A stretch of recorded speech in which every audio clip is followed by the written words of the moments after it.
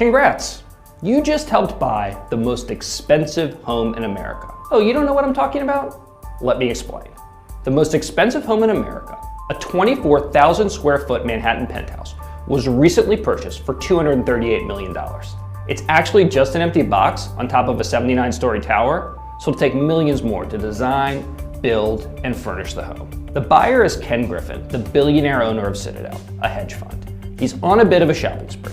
Earlier this year, he acquired a London home for about $122 million and several floors of a Chicago condominium for $58 million. And he couldn't have done it without you. Griffin's hedge fund was the beneficiary of a taxpayer bailout during the financial collapse of 2008. 2008 was a bleak year for Ken Griffin.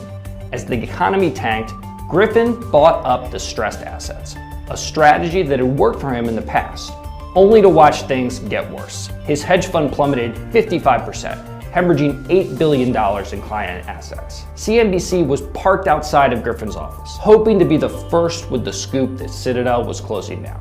In an October 2008 conference call to calm investors who believed the company might go under, Citadel said that it had $8 billion in credit lines. But those credit lines were also with financial institutions on the verge of collapse. Griffin said that one Friday during the crisis, he left work and realized that if Morgan Stanley did not open on Monday, his company would go under. That didn't happen because Morgan Stanley was one of the biggest beneficiaries of the bailout, borrowing over $100 billion from taxpayers, more than any other bank.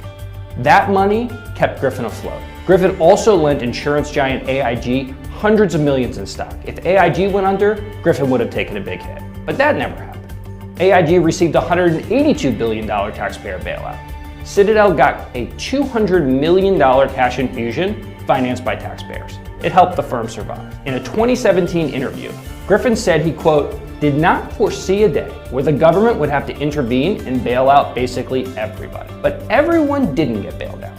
In 2008, more than 860,000 families lost their homes to foreclosure. Griffin's swift journey from corporate welfare recipient to record-smashing homebuyer is a stark example of the dysfunction of the American economic system. People like Griffin, who's now worth over $9 billion, are protected from economic disruption.